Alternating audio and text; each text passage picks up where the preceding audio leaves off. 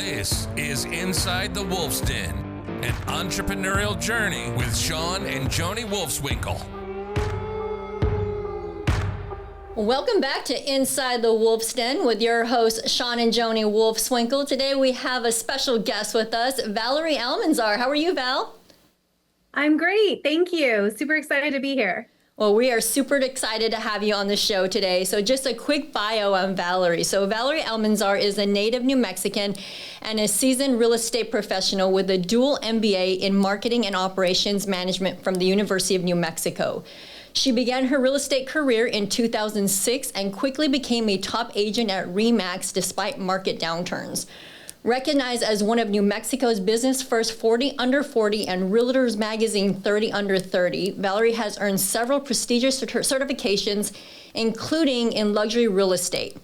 As a partner with Ben Kinney Companies and a founding operator of Place, she leverages cutting-edge technology to enhance her client services. Valerie's passion lies in helping clients build wealth through real estate across New Mexico, from Santa Fe to Albuquerque and beyond. With expertise in both residential and commercial development, she's committed to making real estate accessible and successful for everyone. Valerie, again, thank you so much for joining on the show. And in a couple of weeks, you'll actually be joining us as one of the panelists for the 2026 Real Estate Forecast panel. But Val, just to start us off, could you start by giving us an overview of the current market trends nationally? And maybe what are you observing in terms of buyer behavior and inventory levels? Absolutely. So we've been in a market where affordability and more so what people are going to pay for their monthly payment has been such a big impact. With the higher rates changing, that's impacted how buyers are qualifying. And so being more payment focused, I think that's really impacted also the buyer trends. With that being said, we've also seen prices reflect that trend as well. So in across the nation, we have seen the inventory has improved in many areas because it was really tight in the past few years. But I would still say it's not really normal in a lot of markets. So more balanced than before, but just not a full shift everywhere. Got it. And so how are these national trends impacting the local market here in Albuquerque?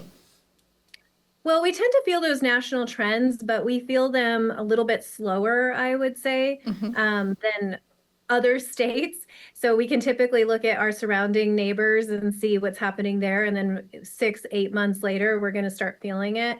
Rates have affected demand. However, with that being said, here locally, we still have a lot of affordable options.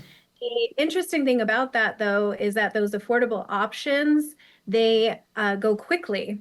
So we do tend to see, a lot of movement very fast. And from an affordability standpoint, just in general, if a property is priced well, it's in great condition, we are still seeing between 7 to 14 days, 30 days on market.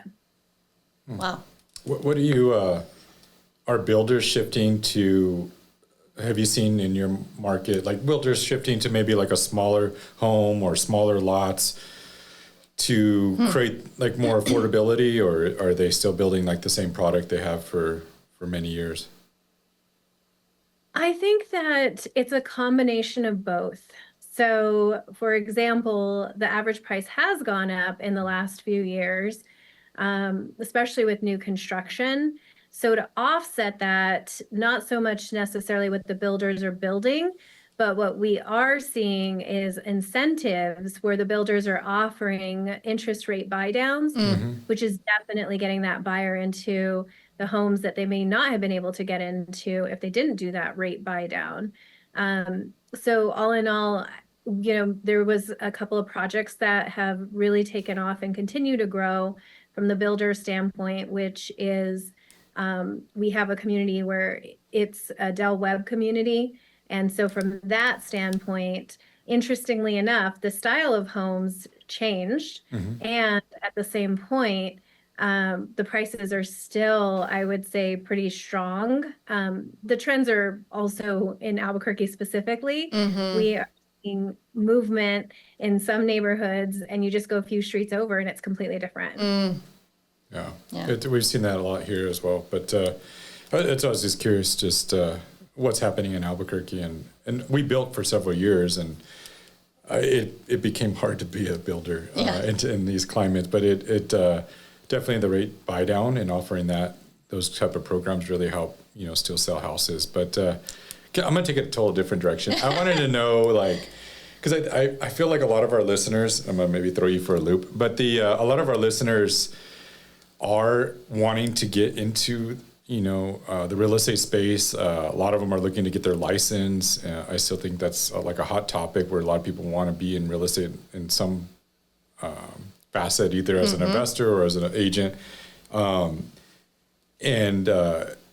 would you say what does it take to be a successful realtor in today's climate or today's world? I would say it's probably three key things. One is aligning yourself with the right people. So are you learning from the best? Frequently, I feel like a lot of the loudest voices in our industry are not necessarily the most successful voices. Yeah. Good point. Yeah, that's a great point. So sometimes it's ignoring the noise and surrounding yourself with the people that are actually showing the results. I would say the second biggest thing is really knowing the industry and knowing the market. It's in this world. So I've been doing this for quite some time. And right when I was getting into real estate, Zillow was coming out. So that's kind of saying how long I've been doing this. And I had clients coming up to me saying, this house was on the market for this amount of time, and this house was on the market at this price. How come it changed? And what that quickly told me is that information is so accessible that we have to take an extra step to make sure that we are truly the best resource to guide our clients and help them making the best decisions. And then the third thing I would say to be successful in this market is, for lack of a better way of saying it, but not letting your emotions dictate your actions. I went to a lunch when I first got into real estate, and I was sitting next to, it was an economic development luncheon, and I was sitting next to one of the bigger economic people in our space at the time, and he asked me what I was doing for my business, and I said, I sell real estate. And he said, that's amazing. And I said, tell me more, because I didn't really know if I was doing the right thing. And he said, this is one industry that what you put into it, you will get out of it. Now, that goes both ways, because if you're not putting the work into it and you're letting your emotions dictate your actions and you're not showing up, you're going to be struggling. So it's treating it like a business, having the right tools. That I would say is another element of what really makes somebody successful in this industry. And a lot of times people don't know what they don't know. So it's important to really get clear on who you're aligning yourself with so that you do know or learn what you don't know so that you're doing the right things. Absolutely. I love that. And actually, I'm going to throw it back at you as well. On the other hand, I feel like, okay, so you've been in the game a while, right? Since 2000. 20 years. This year, so congratulations. So you kind of see it. You've seen it all. Yeah, you've seen the ups and the downs. Is there anything you would have done differently? So fear can prohibit us from taking action. And I would say all in all, I've been pretty good about going through my fear, but I would say trying to even more so do things that, even though if I felt nervous, or I remember one of my coaches, when I first got into real estate, I was talking with her and I was really frustrated because I kept going on appointments and it didn't really seem like I was converting. And she asked me, she said, how do you dress? And I was like, what does that matter? And she said, you look really young. She said, are you wearing suits? I'm like, no, this is Albuquerque. No suits. And she said, Valerie, it doesn't matter where you are. You look young and people need to feel like they're working with a true professional.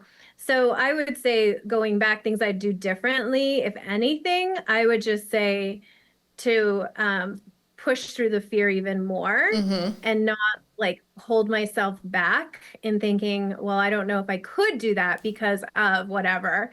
There's always a solution. And I've been very fortunate that I've actually early into my start in the industry, met a lot of really smart and great people that supported me. And so I would say, all in all, I don't know if there's really much more that I would change. But I do think that there's always those things that can hold us back personally. It doesn't have to be anything else. It's just us. Yeah. Love that. Do you know of do you have one of those fears that you, like a success story that you had and you overcame? Is there one that comes to mind? I think, and sometimes they're not necessarily known. So one of my business partners is Ben Kinney. Okay. And Ben Kinney is an operator, founder of Place. And we were talking, and I had asked him in passing, I think I had a situation come up, and to me, the deal was dead. And he said, well, what about this? And what about that? And he started like problem solving with me. And I think learning how to problem solve has done me very, very well in my career. Because if we just give up and say, too bad, sorry, then the deal will die, when in reality there may have been an option that perhaps the buyer or the seller could have thought about. So pushing through the fear of like, oh, this deal is dead, but actually trying to problem solve and figure out, is it really dead? And how can we do that? So surrounding myself with people that are problem solvers and help me think in different ways has really helped me as well. That's awesome. I love that. Yeah. Awesome. Well, going back to Albuquerque and the markets, and Shawn took us he does this often, Val. So what unique characteristics define the Albuquerque real estate market compared to maybe to other cities? You know, we have a really great blend of lifestyle and value. So what I mean by that is certain areas of town, you can find homes that have casitas. Other areas of town, you have incredible views. We have different price points too. So I think that there's a lot of good options. One other really big thing, and this is not about the market, but I do think this is something important to note, New Mexico, is we have the New Mexico Finance Authority program for first-time home buyers, which in my understanding is pretty unsurpassed across the nation. There are grants and there's money to allow people to get into homes with very, very little down. And so the ability to become a homeowner in New Mexico, I think, is incredible. And so we are very fortunate. And I'd say that's something that's really unique about our state as well as our city. That is really unique. Awesome. Talking about first-time home buyers, what advice would you give a first-time home buyer that's considering the Albuquerque market? So definitely connect with a realtor. Definitely start putting together a plan. Get a good idea and talking with the lender on what that payment would look like, as well as figuring out getting fully pre-approved and to understand their budget with taxes and insurance. So from there, once all of those pieces are put together, a first-time home buyer now has a good arsenal of information. And they also know what they're comfortable with from a pricing standpoint as well. I think sometimes what happens is it's backwards. And the backwards part is that we start looking at homes first, start daydreaming, then start trying to figure out the price point, and then start getting disappointed because it may not afford that. Yeah. I do that every weekend. I was like, dang. The other advice I would say for first-time home buyers too is to think about the long-term picture. If I bought my first home when I was 23, and it was, for me, I was very fortunate. My parents co-signed for me, and I just wanted to get in real estate. It wasn't so much like this is my dream home, this is the end all be all. It was just kind of get my foot in the door. And that was one of the best decisions I've ever made in my entire life. And I think that when somebody's looking at buying their first home, you're not married for life to the property. But you're just getting into the industry and getting into real estate, I think, is really important. Yeah, I think that's So true. true. Yeah. We did the same thing, but I think at 19, but we got it, and my parents co-signed for us, and then, but I remember we were so broke that like We couldn't even turn on the heater because like so people would wear gloves when they come visit us because we couldn't afford the heat, you know, and then we moved and sold that home and bought a new home, and the only reason we did it was so that we could save $400 a month. And we thought that was like, man, we had hit That was it. a lot of money. You're like, whoa, what are we going to do with this extra $400 a month? But we were never attached to, we've never been to real, like one piece of real estate, but we're also investors like yourself, so it makes a change. I had a question for you. So when I used to sell a lot of turnkey stuff in New Mexico and in Albuquerque, I used to do a ton of stuff in the Northeast Heights, and I used to always sell, because I'm usually selling to like California investors, so I'd always talk about kind of the landlocked restrictions in Albuquerque, where you have the mountains and then you have Indian reservations north and south, and so the only way the city could grow was out west. Is that still correct? But so because I always said, like, Northeast Heights, yes, they're a little bit older homes, but we saw a lot more forced appreciation over the years, especially the ones that we bought and the ones that our clients bought. But does that still exist, and do you feel that's still a relevant fact?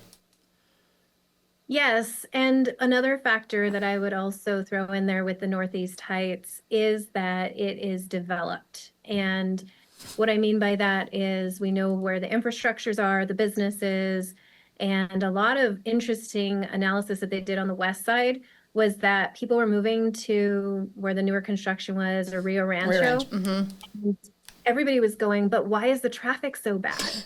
Well, the traffic is so bad because all the infrastructure is still in Albuquerque.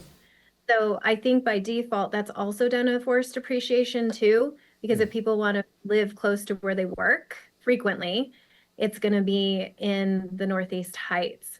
From a land perspective, there is a project that has been picking up, which is Mesa del Sol, which is still in the east side of the city, so to speak, kind of southeast. And that one is also very much landlocked, though. Is that the one that's out there by the where they do the airport? and the concerts and all that? Yes. So it was a project started in 2006. It went under, it got repurchased, and then they picked back up on rebuilding. And so that is one area where people are still technically northeast-ish, not north, but southeast. That is new construction. And then, of course, on the west side of town and Rio Rancho, that's really where all the growth is happening now. Nice. Well, let's kind of move forward to legislative impact. We want to talk about a little bit about that, right? Because there has been some changes. I know, Shawn, boo. But Val, how do recent upcoming legislative changes affect the real estate market in New Mexico, particularly in Albuquerque? Well, some of the biggest ways it can impact are through costs, supply, of course, investor behavior, changes that affect building, permitting, landlord-tenant rules, short-term rentals, property taxes can definitely shift demand and inventory. Of course, it's really, really important with more housing supply. So anything that can encourage more building, responsible development, that really helps. The challenge, or on the flip side, the policies that increase the costs or uncertainty can slow activity. And so I know it's this weird dance of us trying to not have so much go up, like with the property taxes. They just reassessing all the short-term rentals. That's definitely impacting owners. Wow. Yeah. What was the recent changes to the rentals? And I know you have a little bit of info on this, but maybe Valerie can share some. Yeah, Valerie, if you want to share that. I know recently you shared some articles with me in regards to rent control and those types of things that are being trying to be passed in the Albuquerque market. Yes, my understanding specifically with that one was that it was passing through, but I don't know if it actually finally went 100% all the way through. I don't think it did. One thing that happened that was not legislative is that they did reassess the values on short-term rentals, specifically the property taxes. And a lot of people were getting double and triple the numbers because they were reassessing them as commercial properties. Oh, wow. So that is not ideal with regards to continuing to support the homeowners, the local business owners with that. One thing that also investors, I think, should really stay current is on the licensing requirements, the rental rules, Right. Short-term zoning and permitting, of course. And then if they're wanting to add any casitas or any renovations, paying attention to the insurance, The best move, of course, is to evaluate the plan before you buy, not after. Yeah. How many times have you seen that happen? All the time, right? But I mean, I guess with the short term, being that we own a management company that does long-term rentals, it's sometimes that is a advantageous, right, change for us, because then it forces landlords to reassess, short-term rentals and just turn them into long-term rentals. But yeah, I don't like to see anybody hurt, or fellow investors. We're all in the same boat. So right. Any predictions for Albuquerque and kind of where? Don't spoil everything, Val. Save it a little bit for next month. But what if you had a crystal ball? Where you see things going in Albuquerque and Santa Fe? You could talk about both. Sure. Currently, one of the trends that's been happening is that inventory has gone down a little bit, which is great. So just to put in perspective, when we were in the major seller's market of COVID in Albuquerque, we were seeing about close to 1,000 properties for sale. About the last year-ish, we were seeing roughly about 2,500 properties for sale. Currently, we're at about 2,100. So as the rates have gone down, we have begun to see shorter days on market, as well as I think buyer consumer confidence is going up as well, and people are feeling a little bit better about the buying process of purchasing a home. So I think it's really important that people need to be conscious, of course, of payment, but I also think it's also being really clear on what is the end goal. And if the end goal is to start building wealth through real estate, to continue to purchase real estate and move forward. Because one thing that will happen, if the rates drop drastically and people are waiting for the rates to drop, it's going to increase demand, and that naturally will increase the price. Right. So buy now, and then you can always refinance later if need be. But Exactly. Is there an ideal? So because Albuquerque was like our second market to sell turnkey stuff in, or sell investment real estate in. What is there an ideal investment property that for Albuquerque? I think it's different for every market. So Houston, it's like a 3-bedroom, 2-bath, 2-car garage, 1,600 square feet. But is that the same? In Albuquerque, I used to do like some 2-1s. I used to do a lot of no garages, or they converted the garage to an extra bedroom. Is that, what's your opinion on that? I think it depends on what the investor is wanting to accomplish. So, for example, we have loft units downtown. We have condominiums. I think if somebody's trying to attract the person that wants a more walkability kind of space, then they would be targeting that area. If somebody is saying, I want to have somebody that is in a really great school district, and they are probably going to pay a little bit more, then the school districts are going to be important. And a home that's probably like a 3-bedroom, 2-bath, or a 4-bedroom, 2-bath might be a little bit more interesting depending on the size of the family.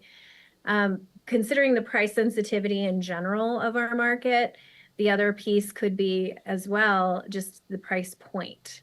So what can we get from a 2-bedroom, 2-bath, and the location, whether it's a more walkable location or not. I would say Albuquerque isn't very walkable. Yeah.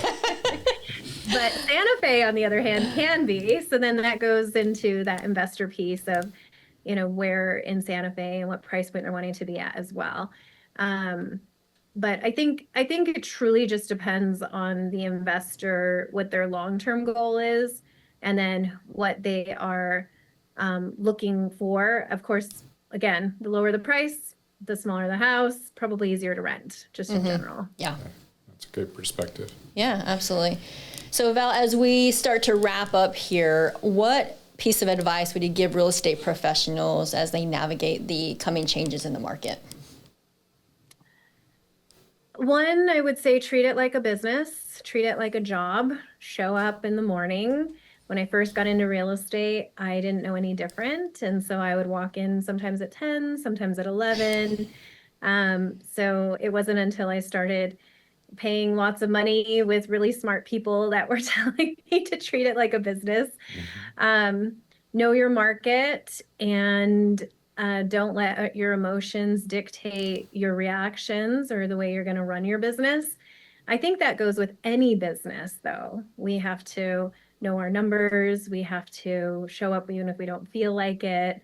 And then be really clear on who you're aligning yourself with, who you spend your time with. I think I am very fortunate that I've been in business and I've met some of the most incredible people in our industry, you guys included. Aw. And that is really important to me, to be around like great people in the industry. Absolutely.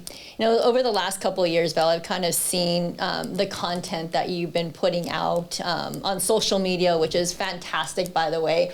Do you do that intentionally? Tell us a little bit more on what you use that for in your business. So I have 2 different platforms. I do Instagram and I do Facebook. Facebook has always been a little bit more personal for me. Facebook was also what I got into first. I didn't really understand Instagram. The point for me with it was to make the connection, but also be a resource for my family and friends. So whether it was providing market information or just even small little pieces of wisdom that somebody may not know, that's where it started. And then with Instagram, our business page is really geared towards the public or the realtor that is wanting to do something at a really high level. And they're just small little pearls of wisdom. I've been very fortunate to interview our place partners and get some of their trials and tribulations and be able to share that with the public, as well as our successes as a company. So it's been a lot of fun. It's a creative outlet. I like to be more creative and I don't have a ton of time. So jumping on and doing something like that does help fill that for me.